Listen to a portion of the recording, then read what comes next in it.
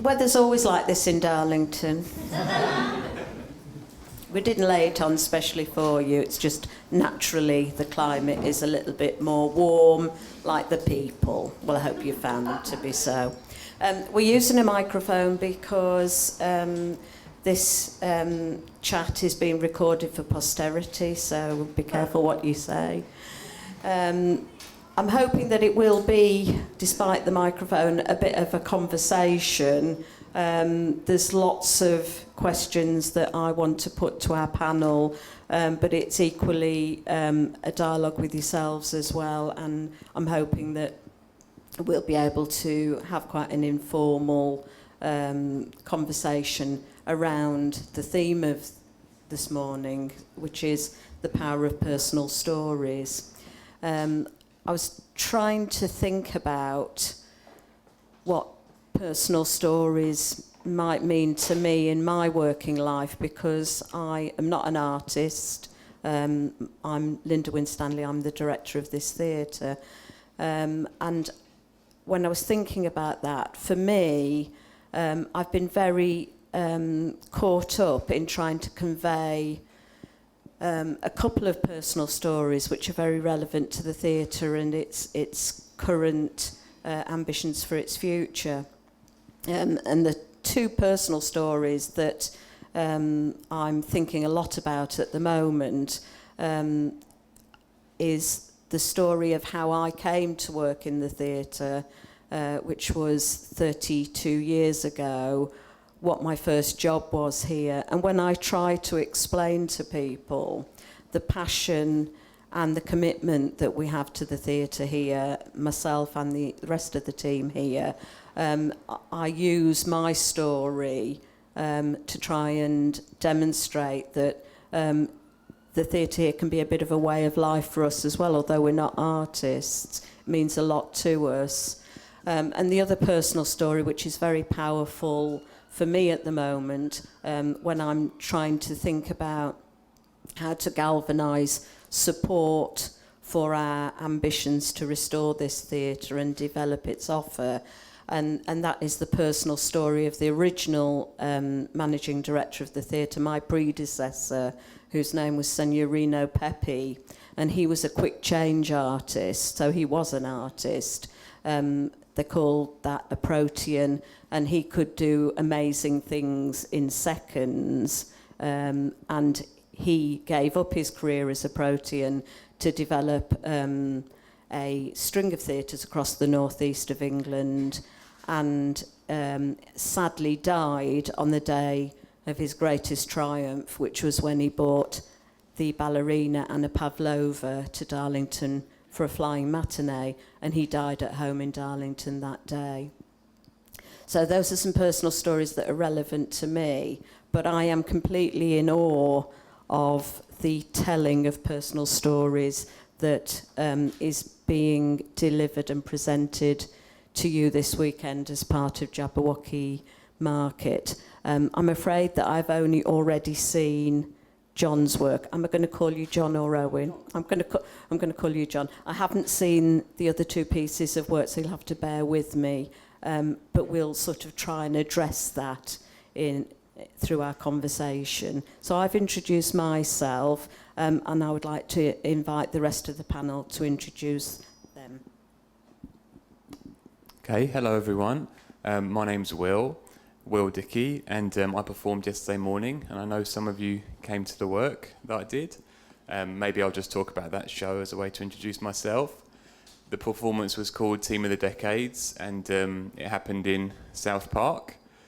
And it was a show for 10 audience members who were a kind of sports team, and I was the team captain, and there was also a team coach played by my friend Tim.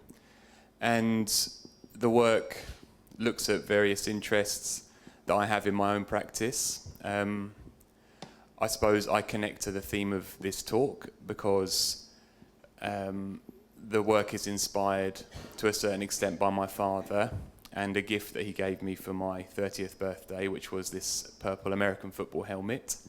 And during the work I play excerpts of interviews with him and other male role models that are close to me, as a way to investigate masculinity. So my work looks at autobiography through those relationships. So that's the personal story part of what I do.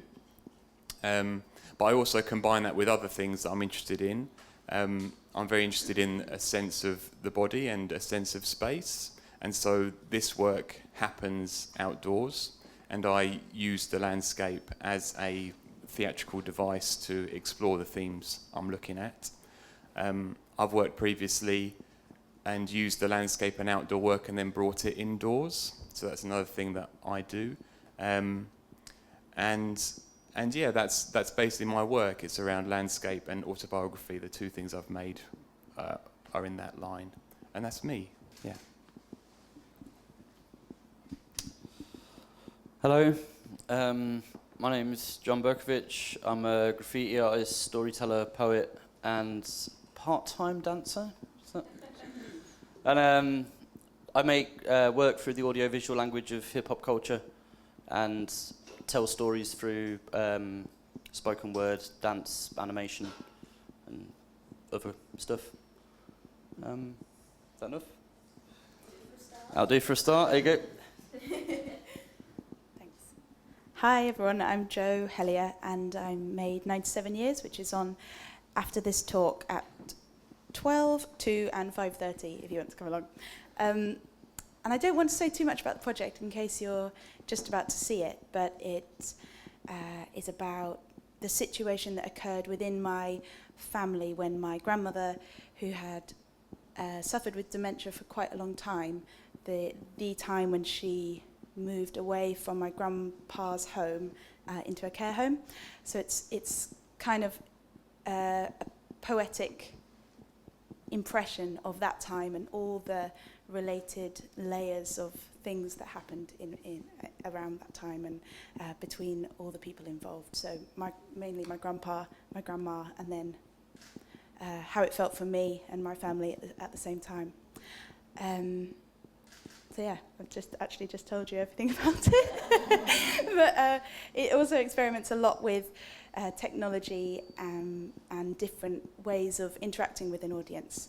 So that my work does that. I work with that quite a lot. So trying to involve audience members in new ways within the work. Yeah, that's probably enough to say. I wonder whether you'd like to tell us how the story that's at the heart of your work influenced the presentation of it, or the form that it took, because you're all working in really innovative ways, melding together a number of different art forms into one presentation. John, did you want to start?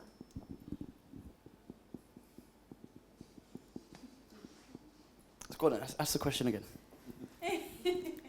How did the personal story at the root of your story, which I'm going to ask you a bit more about later on because I'm really interested in that particular story, but how did the story influence the way in which you, I'm not sure whether you devised the piece or yeah. Okay, so the piece that we've been presenting here is called Shame. It's a collection of stories about the worst things that I ever did, or the things that I'm most ashamed of.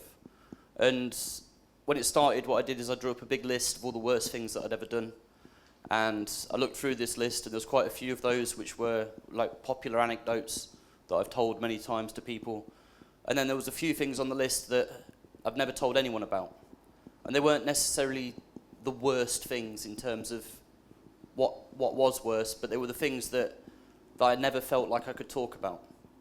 So as I looked at it more and more, they became the things that were important, and they were the ones that I wanted to share.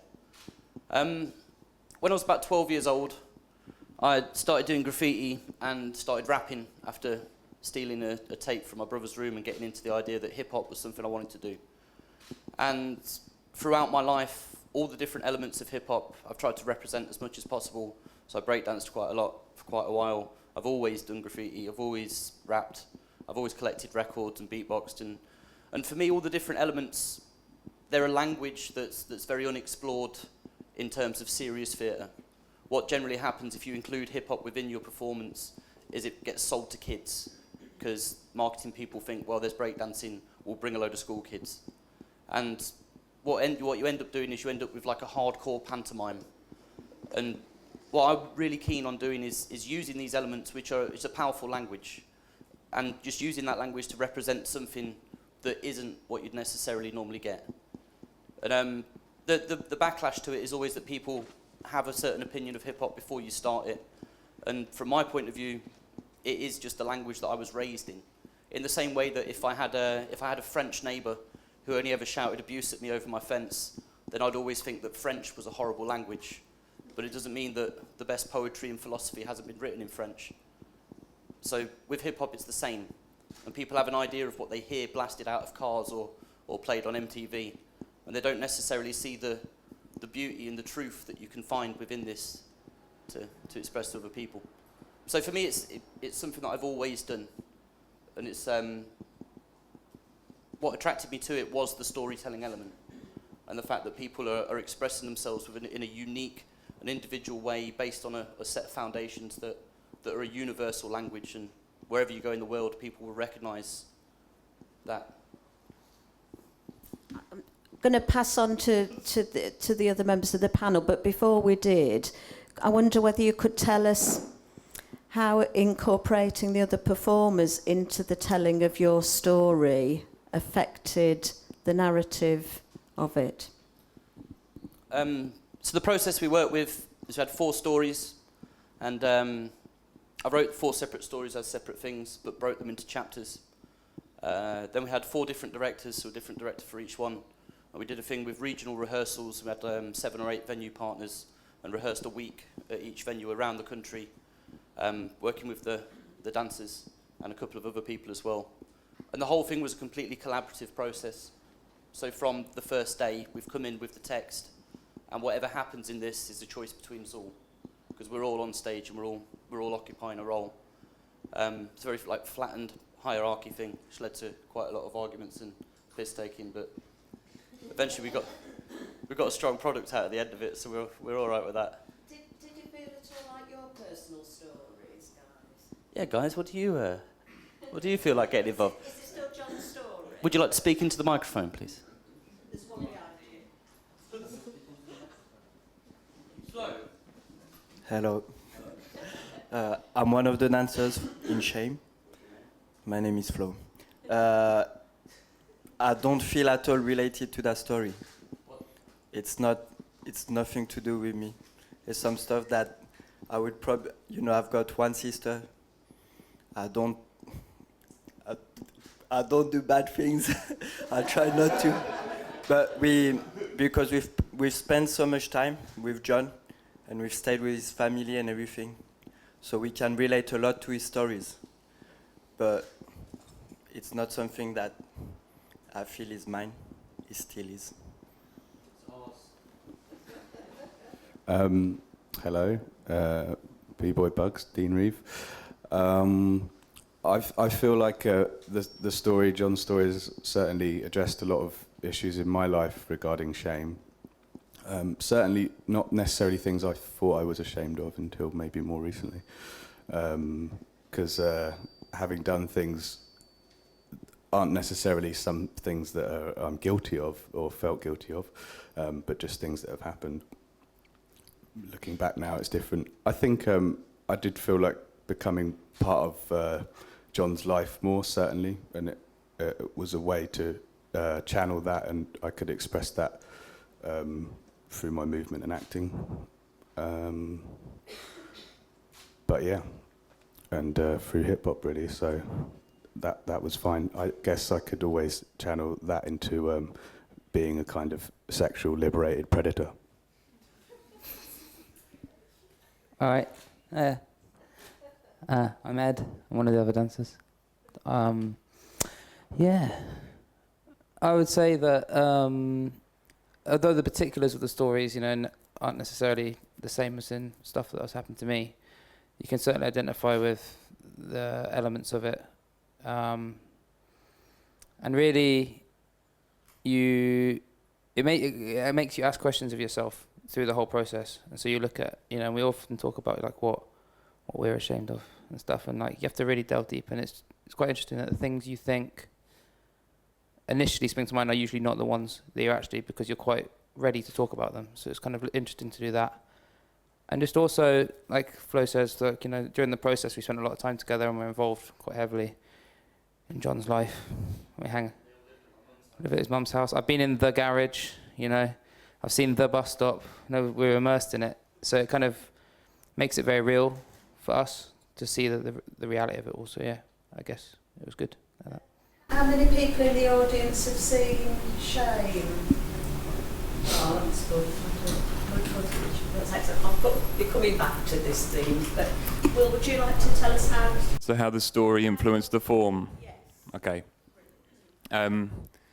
So in a similar way to your list, John, where there's the bits of it that are unknown, or like people don't know about it, but it's something that you see inside of you. This gift that my father gave me, which I've already mentioned, of this American football helmet on my birthday, was, to me, a kind of calling towards that darker area in my life, which is mine and his relationship, which isn't like a big drama, but we're not very close, because he left when I was young, so I only saw him at weekends. It's kind of a regular story of divorced parents. And so he gave me this thing, which was a very unusual thing to give, because I'm not into sports anymore, and particularly American football, like there's no use for that thing. And so I was kind of annoyed with him because it looked quite expensive, and I felt like it was a bit of a waste of money to give me that, and I needed a new hard drive for my computer, and I thought and often his money is used for things like that, so I was irritated by that and irritated by him. But I put it on like at the Indian restaurant where we were, and we had a laugh, and then I just put it on the floor like a child does with a gift they don't want. And he also mentioned, I think, in his own peculiar way, that I should, I should make one of my funny things out of it, because he doesn't come to see my stuff, and I'm happy with that because I'm not sure how he would appreciate it. My last thing, I wear my nan's clothes, and I wouldn't feel entirely comfortable with him seeing that, because I'm not sure how he would feel about it. So you can already see the darkness and the confusion that exists between the two of us. And so I thought, okay, Dad, after a while, I'm going to embrace what you've given me, and I'm going to see what happens. So I started to wear the helmet and walk around in public space wearing my normal clothes. And I'd sort of say, okay, I'm going to walk for an hour around town wearing this and see what happens, see how I feel, see how people react to me. And that process was kind of awkward and strange, and people didn't quite know how to be around me, and I didn't quite know how to be around people. And all those feelings kind of chimed with how I felt towards my dad and towards issues around sports and being a man in general. So there was a kind of overriding feeling of, at the same time, being protected and isolated. And this duality became a big theme in the work. It also, the other aspect that it did was it took me back, because me and him, we used to like American football when I was a young man. And so I felt him kind of trying to connect to me through the time that we did share that was positive and that we really enjoyed. And so I started to look back at that time and the videos that I have of the American football things I used to watch. And that kind of inspired me to play rugby a lot at school. And so that's where the format started to emerge. So how can I explore these themes? Well, maybe I can use my experience of playing rugby and how it felt to be a team, and how can we explore as a group being connected and being isolated. And so that's how the story kind of influenced the form. Yeah. And Jo, for you, can you explain how you've already talked to us about the moving ideas which formed the idea for your piece, which is delivered in a really unusual and creative way, which hopefully a lot of us are going to see this afternoon. Can you talk to us about how the idea interrelated with the form that you chose? Yeah, definitely. So the form in 97 Years is really important. It kind of makes the basis of a lot of the work. So I desperately wanted to make something. When this situation arose that I was talking about earlier with my grandma suffering really badly from dementia, and this kind of separation that happened between her and my grandpa when she had to be moved into a care home, I wanted to make something that was interactive and required the audience to have a kind of imbibed sense of responsibility in this situation. So I didn't just want the audience to watch passively as I explained or represented this situation. I wanted them to feel responsible for it. Because I think responding personally to what happened and having to learn these new ways of communicating and new ways of being around my grandmother and experiencing the care system and what happens to elderly people with dementia when they have to go into care. I didn't want to make something that the audience could be totally passive in. So it was a long process of trying to figure out a way of interacting which would allow the audience to engage with it in a new way in which they felt responsible. And also I really when I started the work, I wanted to create a feeling of we're all in this together, we're all helping to make this work, to make this right, or to at least try and attempt to make this work. So so I wanted to make, you'll see if you see it, but I wanted to make something that everybody could share and everybody could kind of hold together. Does that make sense if you haven't seen the work? Okay, good. And then there's also a lot of sound and video, which is and performance, which is 3 different forms, and they were all chosen in response really to the situation again. So that the sound is interviews with my grandpa, and I couldn't get him to be in the performance himself, and he's 97. He's now 98. He was 97 when I was making it, and I felt like his voice really wasn't being heard. He started going through this change where he felt like it was like his voice wasn't represented in our society anymore, and he had so many things to say, and he doesn't necessarily say all these things in 97 Years, but I wanted to be able to get his voice into it. I didn't want it to just be my retelling of this situation. I wanted it to be his as well. So using sound was a really obvious thing for me that I should use. And then observing the way that the situation had affected their lives and their house and their garden and everything around in their environment made me want to use film, because I could kind of document what was happening in their surroundings and then bring that into the work.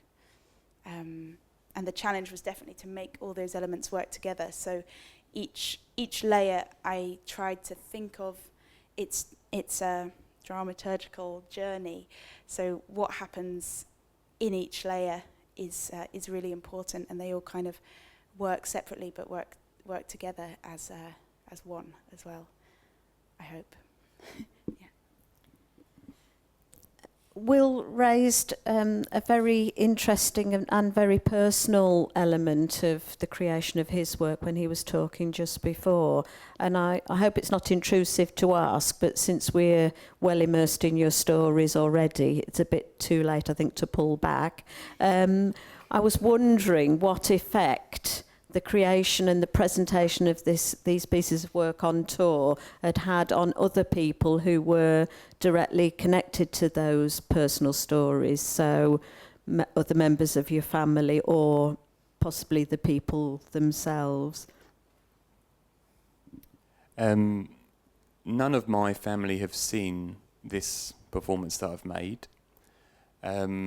But I also did a series of interviews with my male role models as part of the research for this. And I then chopped up bits that they said. I didn't re-edit it, but I just took samples. And then the audience hears different people from my research that I know talking. And so I and Tim have listened to the things that they've said many, many times, and considered them. And I've listened to the things they've said many times. And so my relationship to those four men has shifted a lot during this process, even if they don't know. Like, my feeling of warmth, nostalgia, understanding for them has grown enormously through this process. And then my father's interview was wonderful, and he really likes to talk, and in his own way he could really connect with me through that one little process of me just asking him questions about his dad and about sports and about me when I was young. And so he, in some way, he felt positive that he could contribute, and I also felt very pleased that I could understand him a bit better through the things that he said. And so the process for me in our relationship has been one of a growing understanding and affection towards him, which I'm very pleased about. Yeah. And so aspects of those feelings and emotions that we share, I also explore physically, and have devised some of the choreographies out of those feelings. So that's been another way that I have explored our relationship, if not directly in front of him, through how I feel within myself. And again, the same kind of feelings emerge of understanding, affection, and awareness, basically. Yeah. I've got quite a big family, and I'm one of 7 children, and 5 of us were adopted, but I wasn't. One of the stories is about my early jealousy towards my older brother and sister. So I felt like they got tret better than I did. Tret, really Leicester word there for you all. Tret means treated in the East Midlands dialect. So I felt like they got tret in a way that was a little bit more generous than the way that I was treated. And so my youngest 3 siblings, 2 girls, 1 boy, those 3 were adopted, but they were blood related already. They came to see the show when we were in Leicester. And afterwards, like, one of my sisters in particular has always been sort of very undisciplined and caused a lot of trouble for the whole family and a lot of heartache for everyone.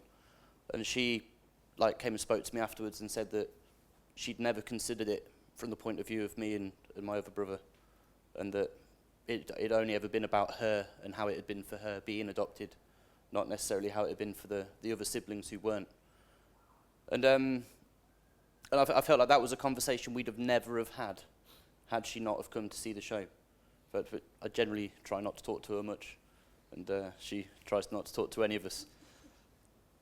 But for me, it was a big thing that they did that. And the same with my brother, who I share blood with. He came and spoke to me after, saying that essentially it was the same for him, and that was a conversation that we'd never had, or never felt like we were allowed to have. But he'd had those same thoughts, and it had been, and it's of the stories, it's the one that kind of after shows, if someone's going to approach me and tell me that there was one thing that really moved them, then it's generally someone who was adopted or is the sibling of an adopted child, and that they hadn't seen it from that point of view, or that was their point of view, and that there's a connection there that's kind of. It's something that I never set out to do, but through that it's been really good. Did you have to sort of clarify with them that it was your truths rather than being necessarily their story as well? Was there any sort of conflict between your version of events and other people's? What was going on? Because it does interest me where there's a very personal story at the heart of a piece of work. How far is it really true? Yeah. The truth of a story can only ever come from the person that from their side of it. So from my point of view, it's true. Whether or not, like, there's some details in some of it. I was very young at that time, so there's some details which I've kind of supposed, but the feeling was a real feeling, and it came from my true memories. So the development of that is, whether or not all the facts are 100% accurate is not. No. But yeah, there was no arguing. I'm top wrong in our brothers and sisters. I've taken that role. They look up to me, so I'm all right. So I get away with it. It's fine. Yeah, there you go. Jo, can you answer the same question as to what effect this piece has had on other people that were involved with that story? Well, between me and my grandpa, it made a huge difference. And one of the reasons I wanted to start making the work was because I wanted desperately to spend more time with my grandpa and my grandma, and so I started interviewing him. And I think definitely at that time he'd just got to the stage where he started looking pretty much entirely backwards instead of forward. So I think he felt like nothing was really changing in his future, because he was 97. And then, so he started really looking back, reminiscing all the time, and he really wanted to speak about that stuff. And I found at that time that he was telling me and my family so much more detail about his relationship and his life and the war and things that he wasn't really comfortable speaking about before. He suddenly became a lot more open, and it felt like he really wanted to talk a lot. So we just chatted for hours and hours and hours, and that was really beautiful for me, and I think for him as well. Just that process of me being there more, but he hasn't seen it. He hasn't seen the work, and he knows about it, and he knows that he was being filmed and interviewed and all that, but he hasn't seen it, and I don't know how he would find it. I'm not sure. And for my grandma, she wasn't really aware. She couldn't be aware of what was going on. You don't see anything of her in the piece for that reason, because I couldn't check with her if it was all right to film or record. But definitely working on the piece and researching dementia and researching how to communicate with people who have dementia made our relationship a lot more rewarding as well. So I tried a lot of different things. The way I was around her was very different to how it would have been if I hadn't have researched and looked into this work. And then for the rest of my family,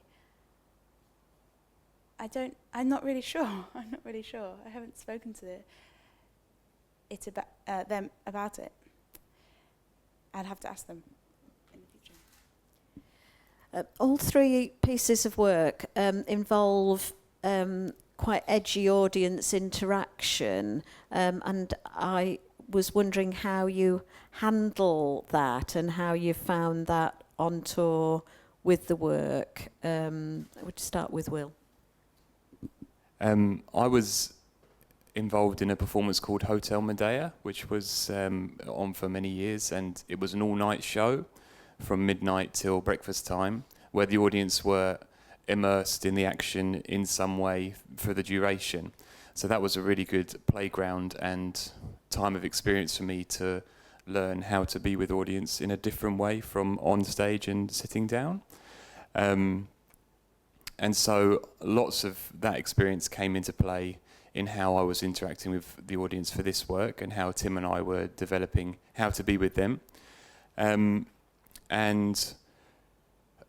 Tim and I have had lots of discussions about how to break down this barrier that is developed through doing drama from a teenager onwards, where you feel pressure from someone's gaze that you should do something, or that you should satisfy that gaze or some way, or if you're not doing the right thing, then you're actually doing bad things, and all these impulses get really muddled up and confused into a real mix, which makes everyone feel uncomfortable. And it's a real difficult process for people who have done a lot of theatre to try and remove that lump, like have it surgically removed. And how can it just be like, well, so we had a conversation yesterday, like if there was a sports team out on the field and they needed to have a break, to have some water, no one would be feeling awkward about that if they did or didn't want it, or if the bloke passed the water and someone said no thanks. But because it's a performance where people are coming with different expectations, suddenly all those things seem to count a lot more. So there's lots of question marks about how to release all of that and just create a format and a structure where you're in control and you're just facilitating the experience, much more like a bar person or someone in a reception or a hotel. You just know how to deal with that person, and there's no feelings of awkwardness, like they're going to say 4 or 5 different things. You've experienced it several times, so you can just direct them the way they need to go, and you can do it in your own style. So trying to bridge that gap a bit between like service and performance. And then for this tour, we've met lots of people who I don't think have had much experience of the kind of thing that we're doing. And that has been really great for trying to get rid of like some of the insecurities and expectations that you may have of an audience member and what they give you in their interaction. Because however they respond is kind of right, like because they're just being themselves, an audience member who's just arrived, and that's what they do.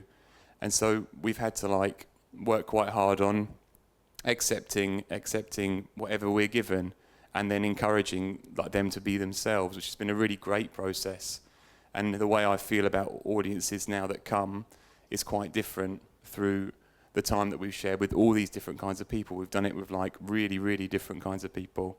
And so we've always had to like try and take care of them and absolutely accept what they want to bring or not to each thing. So that's been a really positive part of this experience.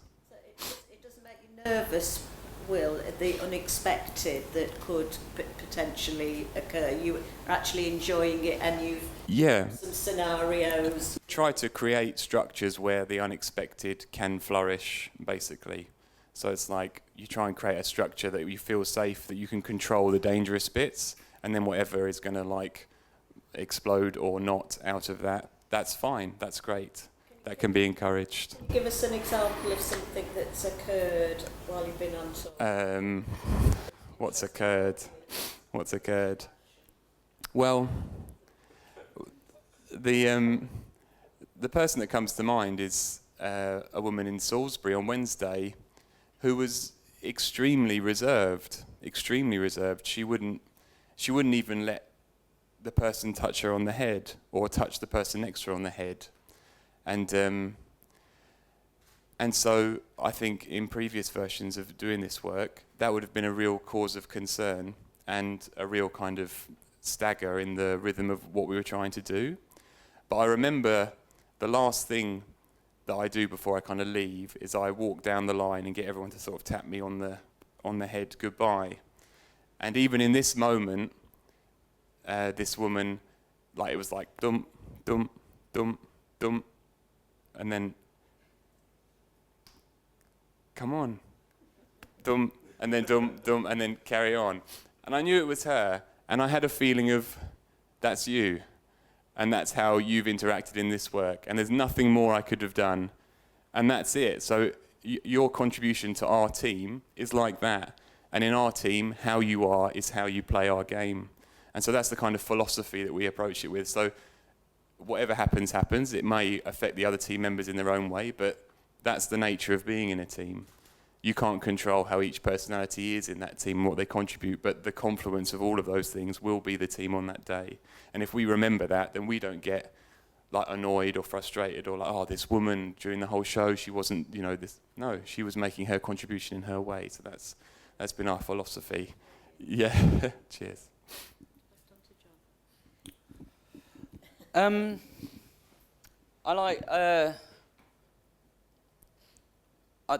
What really interests me is the relationship between an audience and a performer. I've been doing like spoken word stuff for 10, 15 years maybe, and performing festivals and spoken word poetry nights and stuff. And what I really enjoy is the space between the performances where no one knows what's going to happen in this bit, and just making people feel awkward, because I have quite bad anxiety. I'm not very good in normal situations, but then on a stage you're supposed to feel nervous, so it makes sense that I should be feeling nervous. So it kind of gives me a confidence, and I'm better on stage interacting with an audience than I am in a corner shop buying fags from a stranger. So for me it's something I really enjoy. I'm a big believer that the only way to get past being embarrassed is to be embarrassed. So I try and help people by embarrassing them from the stage, and therefore meaning that they'll find it much easier in their normal lives when they do feel embarrassed. So essentially I'm doing them a favour. I'm doing them a favour. And the fact that I really enjoy it makes no difference in that. That's just a bonus for me. I have to try to help them. So yeah. Obviously, the ongoing cafe scenario. Oh yeah. In your piece of work. I would imagine that's had some better interaction than it had when sometimes it's good, sometimes it's bad. Sometimes people get into it and they play the game, and if they do, then I'm deliberately mean to them. If they don't, then I'm deliberately mean to them. So essentially, it can go either way, and we've got a system of cues and marks that we know are right. We've given up on this. We're moving on. So there's particular things that if I say this thing, then it means that right, we've tried this and it's not working, and we're going to carry on. Oh, this is clever. Yeah. And just people sometimes get a bit carried away. Yeah, but also I'm on a stage and they're in an audience, so there's a complete power thing right there that it means that no one wants to be the guy that's in the argument with the guy on stage, apart from one woman in my hometown of Leicester, who right at the beginning when I tried to get everyone to put their hands up, said, "I'm not putting my hand up. I don't know what I'm putting my hand up for." And then almost we became engaged in like a small argument with this woman. It really bothered me. My mum was in, and I'm arguing with some woman on the front row. And I'm like, why have you sat on the front row if you're not going to join in? What's your problem? And it ends up being a really hostile moment right at the very start of the show that then tainted it for me, to be honest. Tainted it. Really didn't do well. But like I say, it's this interaction, and it's the kind of the forcing it upon people, and they have to respond. It's, well, at university, I did fine art, performance, and live art. One of my favourite pieces was when I used to go walking around in the street, and just when people were coming down, I'd stand in front of them and do this, so that we'd end up we call it a Tim shiggle. It's not a real word. We made that word up. But the height of that was I had 50 people, and we stood at the top of a hill and spotted someone walking up the hill, and then got everyone to walk one after another and Tim shiggle the guy. And by the end, it had become really elaborate contemporary dance of them like interacting with him as he was trying to, and it just made him so angry. But I feel like we helped him that day, because then after that, now he's prepared for that situation that you'd never expect to arrive in normal life. So we've opened his eyes. I think I actually may have met you around the corner here. The other day, I was coming around the corner here, and a guy got in my way doing the shimmy. And he said, Tim Shiggle, and he said, I'm having a lot of difficulty because I haven't got a belt on today, and my trousers keep falling down. It was a piece of live art. Just over to Jo. How are you handling interactivity in a very intimate setting on stage, and then open to a couple of questions? I feel really similarly to Will about all the audience interaction. You just have to always throughout the performance, I'm keeping like an awareness of everybody in the room and making sure. I'm kind of the opposite of you, making sure everyone feels comfortable. And if they don't, then I'll go and give them some more attention. And I think the way I am with the audience was led by the way I was around my grandmother. So, and that's kind of, that communication is another level of the representation within the work. So it's all about giving them lots of attention, giving them lots of comfort. And then I think, everything that Will said, and the way that the audience respond is just that's the way they respond, and therefore that's the work, that's what it's going to be, and that's how that performance goes down. It's all about that group of people. The only other thing I'd add would be that I work really hard on setting the right environment for the audience to feel ready to accept interaction or to be part of it. So trying to kind of get them in the right mood, get them in the right mindset for the pace of the work and the kind of work that it is. Can't wait to see it now. Can I ask, does anybody have any questions for anybody on the panel? Does anybody want to share a personal story that resonates with their personal stories? Is there anything you're ashamed of that you want to tell us?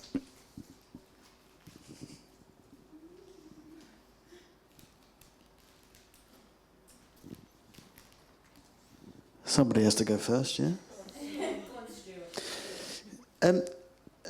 Forgive the bluntness of this question, but it's partly based on the fact that we live in a world of reality. All the time we're being told this is the truth, this is real, on the television, and I think that's fed a proliferation of shows of people telling their stories. So the bluntness is, why do you think, what was it about your story you thought people should pay to come and see it? I don't know that anyone should ever pay for anything. But I also understand that. But I paid to come and see your show. Yeah, no, that you should have paid for. That's it. And that's down to the venue more than it is down to me. If it was up to me, then we'd all live in a world where we didn't have money and we murdered each other over bottles of water. But we're at least 20 years away from that. So. I think we focus very much on making a story that made you feel everything. So there's a lot of serious sort of themes to it, but there's also a lot of humour in the work, and we tried to make it very visual as well as very thoughtful, and kind of made it an experience that was worth you being part of, rather than a show that you went and sat and watched. And I like to hope that when people come out from the show, they're not necessarily thinking about the worst things I did, but they're addressing their own things and their own feelings. And for me, that's what made it worth paying for. The fact that you come in and when you leave, you're questioning things in your own life and the importance of them and what those stories meant to you. And if I got a little bit of money out of you reaching that, then it's only fair. So, does that answer the question? Brilliant. Yeah, I think it's a good question, and it's something that I thought about before this talk. And I guess it's a major insecurity around artists that work autobiographically. Like, am I just being self-obsessed and telling everyone all about me, and this thing, and my dad, and my, and all that? And so that's a constant question mark. And then seeing other things where I think that's happening, and like, oh God, am I doing the same thing? I guess my hope is with this. I don't really tell a story. It's a non-linear work which has various textures, and there's hints of where it's come from. And why do I share those, and why do I think it's worth sharing? Because I'm interested in the ideas that these people gave me about being a man, and what it means to be strong, and what it means to be weak, and what it means to be tender, and what it means to be aggressive. And so my hope is that there'll be refreshing perspectives on those dualities, which can be shared from my research into this story of mine. So that's my hope, yeah. Can I just add a little bit that I thought of then? So the idea that at one point everything I wrote was like a rant about a theme, and it was and I made work about subjects rather than about stories or about personal experience. And a very good friend of mine, a woman called Kim Trusty, who's an incredible writer, she said to me once, if you're not writing about yourself, then what are you writing about?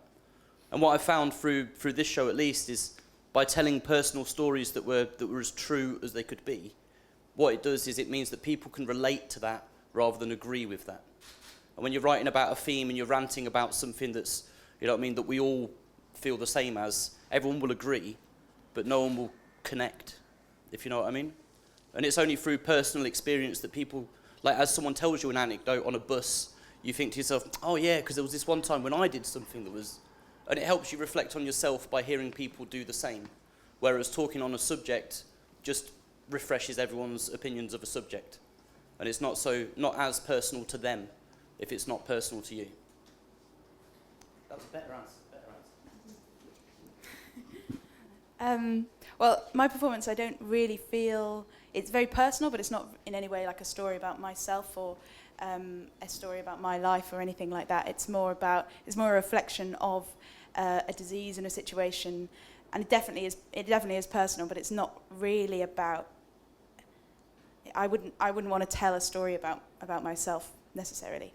And I think the reason it's worth paying for, or it has value, is because when you see work like, well, what I hope it does anyway, is that it gets people to think about that situation in a new way or reflect on it in a different way that they might not have before. And I think it connects people in a way that hopefully brings people together and allows them to see outside of their usual perception of this thing or this disease or this situation, or even like this life, the way you communicate with your family and the way you interact with the world. Yeah, so I think that's what I would hope it does. Does that make sense? Yeah. Is there one final question from anybody? We've obviously answered all of the burning questions that you had in your mind already. I'd like to really pay a tribute to everybody working on Jabberwocky Market for bringing this fantastic festival to Darlington, and also helping to bring some fantastic work that possibly would never have played in Darlington because we haven't really got a venue suitable for it anymore. And it has been a really, really inspiring festival again this year. I absolutely am in awe of the people on the panel with me. They're fantastic artists and performers out front as well that were with them. Thank you very much indeed, and also really thank you for giving your time up this morning to come and talk to us as well. It was really an interesting morning, and we're looking forward now to seeing Jo's work. No pressure. Thank you, everybody. Thank you for coming. Thank you.